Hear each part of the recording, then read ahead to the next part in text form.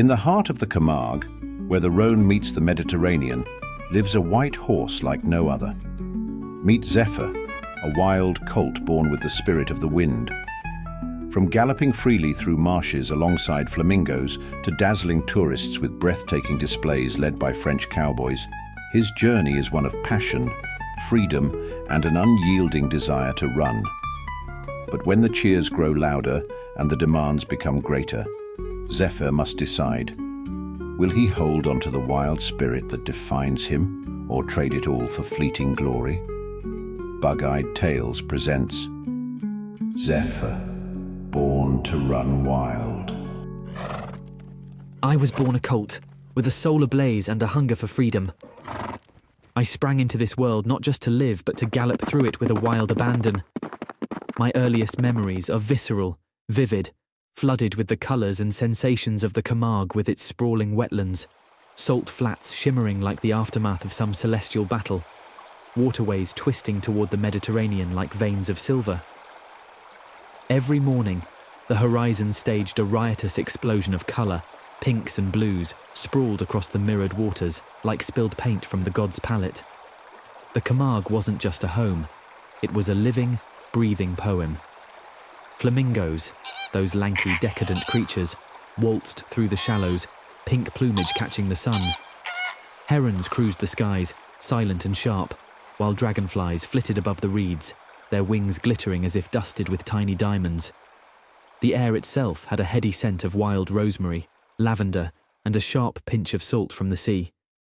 It was intoxicating, a place for the untethered and untamed. A place for me. From the beginning, I knew I wasn't like the others. The other colts were content to graze and plod about in their muted elegance. Light grey and white, they blended into the Camargue like watercolour smudges in a masterpiece. Me? I was a firebrand, a restless spirit with a perpetual itch for motion. My heart raced not with fear, but with the sheer thrill of existence. My mother, the wise mare who somehow wrangled my tempestuous energy, named me Zéphyr. "You are the wind," she said, a name as much a prophecy as it was a title. And so I ran. I tore through the marshes, each stride a declaration. The grasses bent beneath my hooves, the wind roared in my ears like applause. Tourists would spot me occasionally, cameras flashing as if I were some mythical beast. But they didn't know me. To them, I was just another fleeting image for their postcards, a spirit of the wild, frozen in pixels. Sometimes I wandered into the bird sanctuary. Picture it, flamingos huddled in flocks, migratory birds dipping in for a pit stop, the air electric with the quiet dignity of nature doing its thing. Tourists clustered there too, all whispers and camera clicks, their lenses zoomed in on the birds. They never saw me. I'd linger in the shadows of the tamarisk trees, drinking from cool streams and watching, always watching. It wasn't about being noticed, it was about existing in harmony with this raw, unfiltered beauty. But let's not romanticize it too much. Life in the Camargue wasn't all poetic sunsets and lavender breezes. The marshes, for all their grandeur, weren't exactly overflowing with buffet options. Climate change had soil erosions that made the grasses sparse and salty. And my restless spirit wasn't suited for the heavy, monotonous labour that some horses accepted as their lot. My speed and my relentless hunger for more set me apart, but they also left me perpetually hungry. So, I made a choice. I would take the gift the wind had given me, this blistering speed, this relentless drive, and see if I could turn it into something more. I began by giving it away for free. On sunny afternoons, particularly Sundays, I'd appear in the open fields near the city. Families picnicked, children played, and I became their entertainment. At first, I'd trot lazily, a deliberate facade of indifference. Then, with a flare of my nostrils and a flash of fire in my chest, I'd launch into a gallop. The earth quaked beneath my hooves. I gave them everything I had, not for their applause, but because running was the purest form of truth I knew. One summer evening, restless and hungry, I wandered to the port of Sainte-Marie de la Mer. The marshes were painted in molten gold as the sun dipped low, and there it was, a white steamboat docked at the Guardian port. It was a vision, timeless. Polished wood gleamed like a promise, its hull curving with a kind of understated elegance. Lazy puffs of steam curled into the twilight, whispering tales of far-off places. Tourists swarmed the dock, their chatter a buzz of anticipation. Nearby, Gardians, those stoic, rugged cowboys of the Camargue, stood beside their white horses, a living symbol of tradition and grit. But me.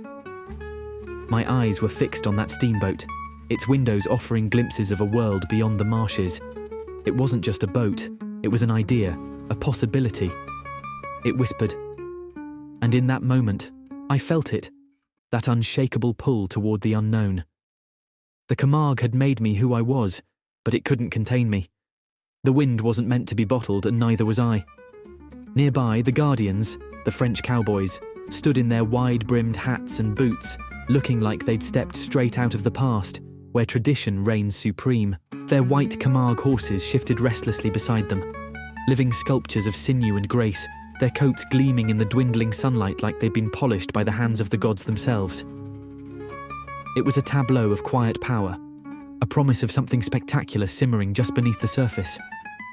I watched from the shadows as the tourists milled about, their chatter and laughter spilling over into the gentle sounds of water lapping against the docked boats. The horses, with their steady, deliberate movements, fell into formation under the deft guidance of the Gardians. And then, there she was, the Gardian, a woman apart, a head horse herder radiating authority without even trying. Her sun-baked face, etched with lines of experience, spoke of a life spent entwined with this land, its cycles and its secrets. She stood like the Camargue itself, weathered but unyielding. Summoning a surge of courage, I stepped forward, no hiding now. My movements were slow, deliberate, a colt born of wind and fire stepping into the light. My head high, ears pricked, nostrils flared to drink in the air, I locked my gaze on the Guardian. There was no need for theatrics, I simply was, my strength and restless energy speaking louder than any roar. She turned, her sharp, knowing eyes locking onto me. She didn't flinch, didn't waver. Instead, she studied me. Really studied me. I could feel her gaze trailing over my frame. After what felt like an eternity, she gave a slight nod. It wasn't a grand gesture. She said, "You're not one of ours." her voice steady, with a touch of something deeper. Respect, maybe. "But you carry the spirit of the Camargue in you." I snorted, shaking my mane. The universal language of "you're damn right I do." My hooves pawed at the earth, as though the ground itself couldn't contain me. A faint smile played on her lips, one of those knowing smiles that hinted at some unspoken truth. She stepped closer, her movements fluid and without threat. "There's something in you. She murmured, almost as if she were thinking aloud. Not just strength, but that spirit that belongs to this place. You don't need a master, but maybe you'll let the world see what you are." I lowered my head just slightly, a gesture not of submission but of agreement. She got it, really got it. I didn't run for applause or recognition, but if my running could make them understand the spirit of this land, I'd give them that. I'd give them everything. The Guardian raised her hand, a small, almost reverent motion toward the open field. "Go then," she said, her voice low but commanding. "Show them." And with that I turned toward the horizon. The wind rose around me, urging me on, and I felt the fire in my chest ignite. The world was watching, but I wasn't running for them. I was running for the Camargue, for the wind, for the uncontainable, unstoppable force that I was born to be. That weekend, I joined the herd led by the Gardians, a storm of muscle and tradition, galloping in unison across the vast open fields of the Camargue. The white steamboat slid silently along the river, a graceful leviathan carrying passengers hungry for spectacle, cameras poised to capture the wild essence of this place. The signal was given, and we surged forward, a collective explosion of energy, our hooves striking the earth with thunderous applause. The tourists gasped and cheered as we swept past, a blur of motion, power, and purpose. For a fleeting moment, with the wind ripping through my mane and the ground flying beneath me, I felt something I hadn't dared to hope for: belonging. As the show wound down, we turned back toward the stables, the applause fading into the background. That's when I saw him. A figure emerged from the shadows, a tall, bearded man with a presence that made the air feel heavier. His eyes were sharp, assessing, and his movements quick, calculated. Something about him felt wrong, like the scent of a predator carried on the wind. Before I could react, he was on me, his rough hands grabbing at my mane. I thrashed instinctively, my hooves striking the ground in protest, but he was prepared. A rope coiled around my neck, yanked tight with brutal precision. The knot bit into my skin, and though I fought with all the fire in my heart, his experience outweighed my strength. Under the cover of darkness, I was led away, the comforting sounds of the marshes fading behind me, replaced by the uneasy quiet of the unknown. The man, this thief, dragged me into a world I'd never imagined. The paddock where he kept his stolen horses was a vision of despair. Broken fences leaned like forgotten relics, and the air was thick with the acrid stench of neglect. Mud and manure churned underfoot, and the other horses stood huddled in corners, their eyes hollow and haunted. There were no open fields here, no marsh grasses swaying gently in the breeze. This was a prison, a purgatory for the unwanted. He put us to work, pushing us to the limits of endurance. I was harnessed to pull overloaded carts over jagged terrain, the crude saddles digging into my back, and the harsh bit tearing at the corners of my mouth. The whip became a constant companion, its sharp crack splitting the air every time I faltered. The meagre food, mouldy hay and murky water, was barely enough to keep my body moving, and my once glossy coat became a grimy testament to this new reality. The fire in my heart dimmed, but it refused to go out. One bleak afternoon, I witnessed the depths of his cruelty. A mare named Étoile, her spirit dulled by hunger and exhaustion, stumbled as she pulled a cart overloaded with firewood. Her hooves caught on the uneven ground, and she crumpled under the weight, letting out a cry that tore through the suffocating air. The thief's curses filled the paddock as he strode toward her, whip in hand. She tried to rise, trembling, her front leg bent at an unnatural angle. Blood seeped from a jagged wound, staining the mud beneath her. The thief tugged sharply on her reins, barking orders. "Get up, you stupid horse, get up, I say." But her body had given up. Frustrated, he threw the reins down and stormed into the barn, returning moments later with a rifle. I froze, every muscle tensed as he approached.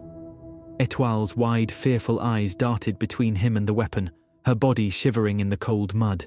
"Better this than leaving you to rot," he muttered, raising the rifle with a casual indifference that turned my stomach. The crack of the shot echoed like a punch to the gut, scattering a flock of crows into the grey sky. Silence followed, thick and suffocating. Étoile lay still, her pain gone, but the horror wasn't over. With mechanical efficiency, the thief fetched a butcher's blade and began stripping her carcass. The other horses shifted nervously, their breaths quick and shallow, as we watched in stunned disbelief. His hands moved with a chilling detachment, slicing through flesh as if it were nothing more than a transaction. Slabs of meat were tossed into burlap sacks, each thud a grotesque punctuation mark on the end of her life. Later that evening, as the sun sank and the paddock fell into shadow, I overheard him talking to a butcher who had arrived in a rusted van. "Fresh steak du cheval. The thief said with a grin that made my skin crawl. Straight from the source. You'll get a good price in town." The butcher nodded, inspecting the cuts of meat with the dispassion of someone who had seen too much and cared too little. Coins changed hands, and Étoile's body, once a vessel of spirit and life, became a commodity, a thing to be bought and sold. I stood in the corner of the paddock, my breath shallow and my heart heavy. This place was a graveyard for the living, but deep inside me, the fire still smouldered. I wasn't done. Not yet. That night, as I stood in the corner of the paddock, my heart burned with a mix of anger and terror. I thought of Étoile, how her life had been taken, her body reduced to meat for profit. My legs trembled, but not from weakness. A resolve was growing inside me, fiercer than the fear that clung to this place. I wouldn't end up like Étoile. I wouldn't let this thief decide my fate. I began to watch, to wait.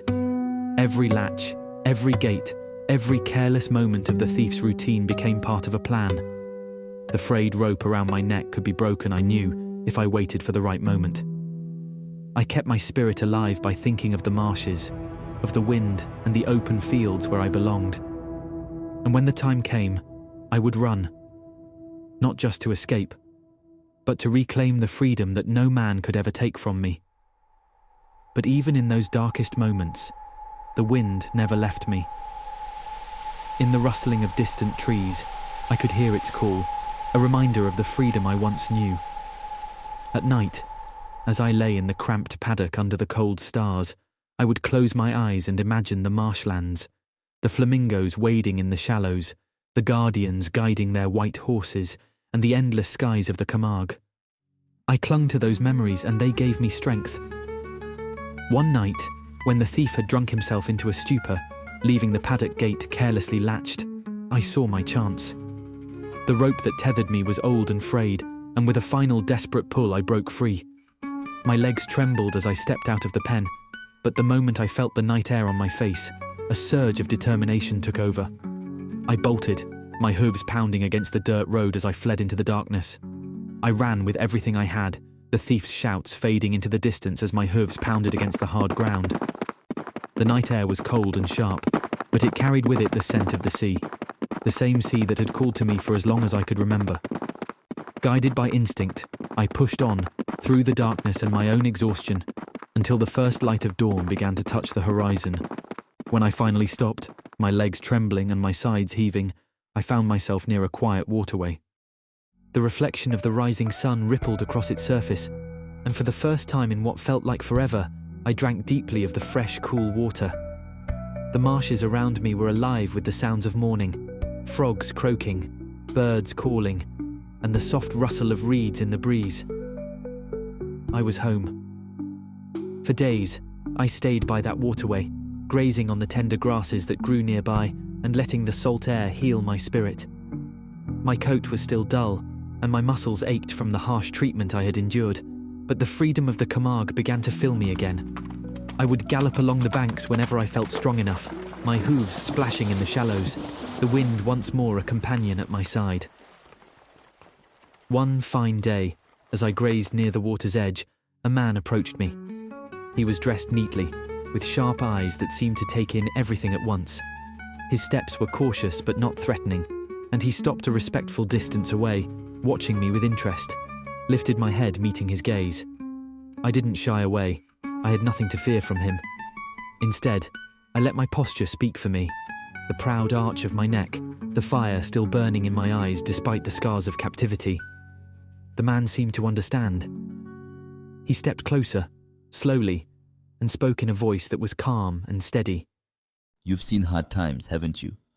He murmured, almost as if he were speaking to himself. But you're strong, I can see that. I pawed the ground, my ears flicking toward him as if to say, yes, I am. And I'm more than just strong. I am free. He reached into his satchel and pulled out a handful of grass. It wasn't the lush, fragrant kind I remembered from my youth, but dry and burnt around the edges. He extended it toward me. This isn't much, but it's what I can offer, he said softly. In return, perhaps you'd let others see the beauty of what you can do. I stared at it, thinking of the jeers and sneers I'd endured from people who couldn't see the beauty in my wild, zigzagging runs.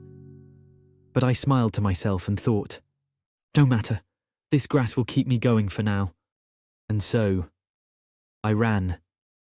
Every Sunday, I gave my all for that handful of grass. I didn't hold back, didn't deceive, didn't run in neat straight lines to please the crowd. I ran like Zéphyr, as wild and free as the wind. My nostrils burned with fire, my tail arched high, and my hooves struck the earth like thunder as I raced across the fields. When it was over, I ate my small ration with contentment, my heart still full of the joy of running. Over time, the people began to understand. They started saying, He doesn't run along the paths like other horses, but there's something beautiful about his freedom. He's fast because he's free. I didn't need their praise. I only needed the wind and the earth beneath my hooves. But word spread, and one day, everything changed. Promoters came in droves, offering me more than I had ever dreamed. Bales of alfalfa, sacks of oats, mountains of corn, just to watch me run. For the first time, I felt a pang of bitterness. I thought of my youth, when my heart burned with the desire to run, and I would have given everything for a single handful of alfalfa.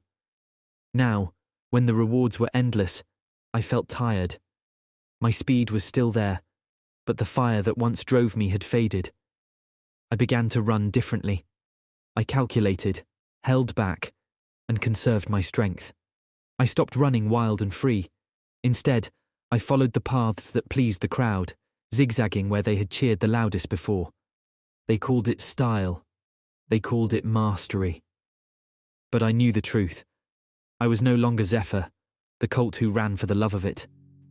One quiet afternoon, 2 men watched me as I ran. I saw him in his youth, One said, back when he had nothing. He was magnificent.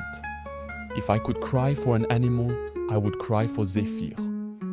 It's no wonder he was great then. the other replied. Youth and hunger are the greatest incentives for a heart like his. They were right. If I could speak to the colt I once was, I would tell him, "Run with all your heart, Zéphyr. Give everything, even for a handful of grass. For when the time comes that you no longer run wild, the memory of having given your all for the joy of it will be the only thing that saves you."